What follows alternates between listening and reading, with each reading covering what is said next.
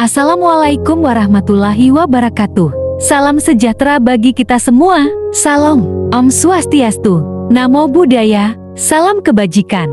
Di video kali ini, Mimin akan menceritakan sebuah kisah inspiratif. Semoga kisah ini dapat menghibur dan menginspirasi kita semua untuk berjuang menjalani hidup yang singkat ini. Baiklah, tanpa berlama-lama, takut keburu kiamat, langsung aja ini dia kisahnya. Di sebuah desa kecil, tepatnya di kampung Bojong Soang, hiduplah seorang anak laki-laki berusia 7 tahun bernama Alvarez. Kita panggil saja dia Fares. Fares adalah anak yatim piatu yang tinggal bersama neneknya di sebuah rumah sederhana. Meski sudah tua, sang nenek terpaksa nandur dan ngagebot di sawah milik tetangganya. Meski bayarannya hanya beberapa kilogram padi saja, hal itu sudah lebih dari cukup untuk menyambung hidup mereka berdua. Untuk membantu sang nenek dan membayar biaya sekolahnya, Fares menyisihkan uang jajannya ke dalam sebuah celengan yang ia buat sendiri dari bambu. Pada suatu ketika, Fares melihat seorang bapak tua berjualan panci bekas keliling kampung menjajakan panci dari satu rumah ke rumah lain. Dari situ Fares terfikirkan sebuah ide. Ia pun segera mengambil celengan bambu miliknya dan memukulnya dengan palu. Setelahnya, Fares pun menghitung jumlah tabungannya dan alhamdulillah jumlahnya senilai Rp75.000. Ia pun segera pergi ke sebuah pasar untuk membeli panci bekas. Esok harinya sepulang sekolah, Fares pun berkeliling kampung untuk menjajakan pancinya dari rumah ke rumah. Meski diejek oleh teman-teman seusianya karena berjualan panci bekas, tetapi Fares selalu tersenyum dan berkata dalam hati, "Suatu hari, aku akan sukses dan membuat nenek bangga." Di jalanan desa yang berdebu, Fares menjinjing beberapa panci di lengannya sambil berjalan di bawah terik matahari. Ia mengetuk pintu satu persatu, berharap ada yang membeli barang dagangannya. Ketika Fares sampai di depan rumah seorang janda yang bernama Agnes, dengan sopan ia pun menawarkan barang dagangannya. "Bu, beli panci ini ya. Bahannya kuat, harganya pun terjangkau." Melihat Fares yang begitu penuh semangat hingga mengundang rasa kagum dan iba, dengan wajah cantik dan senyum manisnya, Bu Agnes menjawab, "Oh iya, nak, aku beli satu, kebetulan panci di rumah sudah bolong." Mendengar hal tersebut, tentunya Fares sangat senang sambil tersenyum, karena ini adalah pelanggan pertamanya Fares memberikan harga miring.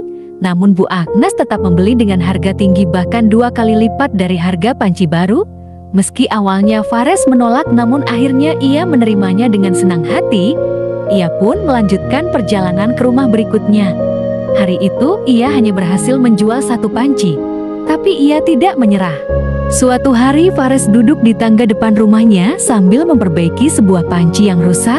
Beberapa anak sebayanya lewat dan mengejeknya. "Lihat se Fares, masa depannya cuma jualan panci. Hahaha, mimpi menjadi orang kaya. Jangan mimpi terlalu tinggi, nanti jatuh." Fares mengepalkan tangan, menahan emosinya. Ia memandang neneknya yang sedang menjahit di dalam rumah. Dalam hati, ia berjanji untuk membuktikan bahwa ia bisa sukses. Suatu hari, Fares memutuskan untuk pergi ke kota untuk menjual pancinya di pasar. Karena jaraknya yang jauh dan tak memungkinkan untuk jalan kaki, ia pun meminjam sepeda pada tetangganya yang baik hati. Saat libur sekolah, selepas syalat subuh, Fares pun bergegas mengayuh sepedanya menuju pasar kota. Sesampainya di sana, ia pun bergegas menggelar dagangannya. Setelah beberapa jam ia berjualan, tak ada orang yang mau membeli barang dagangannya. Dengan penuh keyakinan, Fares pun berdoa dalam hati, "Allahumma inni as'aluka ilman nafi'a, wa rizqan thayyiban, wa amalan mutaqabbalah." Ya Allah, sungguh aku memohon kepadamu ilmu yang bermanfaat, rezeki yang halal dan amal yang diterima. Amin. Tak berselang lama tiba-tiba ia didatangi oleh seorang pria tua bernama Pak Budi, seorang pengusaha alat masak. Mereka berdua pun berbincang. Fares bercerita sedikit tentang dirinya, begitupun sebaliknya. Setelah lama berbincang, Pak Budi pun terkesan dengan kegigihan Fares yang meski masih kecil, ia sudah harus berkelahi dengan waktu. Tak sempat nikmati waktu bermain selayaknya anak-anak sebayanya. Ia terpaksa harus pecahkan karang meski dengan jari lemahnya yang terkepal. Lanjut kisah. Pak Budi pun berkata, "Fares, bagaimana kalau kamu belajar dariku? Aku akan ajarkan cara memasarkan produk dengan lebih baik." Singkat cerita, Fares pun diajak ke toko Pak Budi. Di sana ia belajar segala hal tentang dunia bisnis. Tidak hanya itu, Pak Budi pun berjanji akan membiayai sekolah Fares sampai lulus. Namun dengan syarat Fares harus rajin belajar dan menjadi juara kelas. Karena pendidikan itu sangat penting untuk menunjang bisnisnya. Mulai dari situ Fares belajar dengan rajin dan selalu menjadi juara kelas. Singkat cerita, Fares beranjak remaja dan telah lulus SMA. Ia pun memulai bisnisnya dengan serius, dengan membuka toko kecil dari hasil tabungannya selama bertahun-tahun. Tidak hanya itu, ia pun mulai merambah ke bisnis online untuk menjangkau pasar yang lebih luas. Singkat cerita, setelah beberapa tahun menggeluti bisnisnya, usahanya pun semakin berkembang. Ia membuka beberapa cabang di kota-kota besar, dan ia membuka banyak lapangan pekerjaan bagi para pemuda-pemudi yang membutuhkan pekerjaan, terutama pemuda dan pemudi di desanya.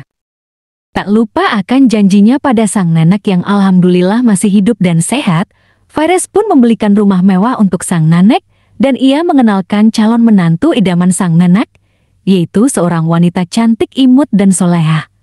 Wanita berhijab dengan tutur kata lembut dan menyejukkan hati, yaitu seorang ustazah yang ia temui sewaktu mengadakan amal di salah satu pesantren di Jawa Timur.